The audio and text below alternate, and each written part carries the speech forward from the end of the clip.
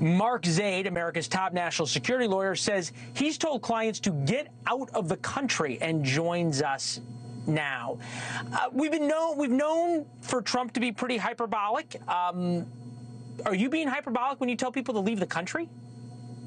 No, and it's not as serious as that sounds. Actually, what I have said to a very small cadre of clients who are the most vulnerable because they've been specifically identified at times by either the president or his inner circle is go take a vacation around inauguration week and let's see what happens. They have promised swift retribution.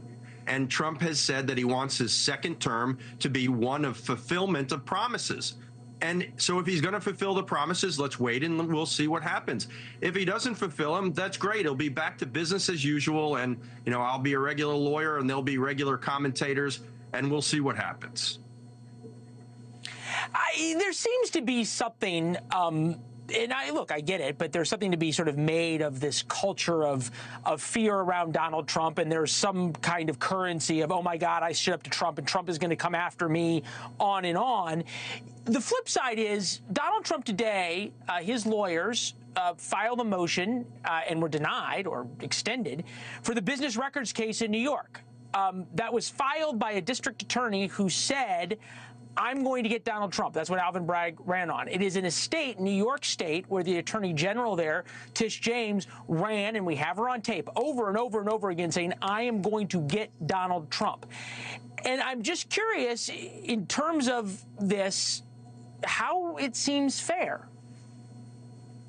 Look, I get it. I was not a fan, never have been, just like you have expressed on your shows, of the New York case, of aspects of the Georgia case, of lawfare. I've been dealing with lawfare for the last 4 years because Trump and his supporters have been suing countless critics in civil litigation that we've had to defend against.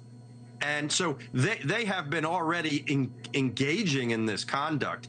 And I'm actually less concerned at times about the federal government as I am about Republican MAGA attorneys general, states attorneys, local attorneys who may feel compelled to act in the same manner that we saw in New York and Georgia.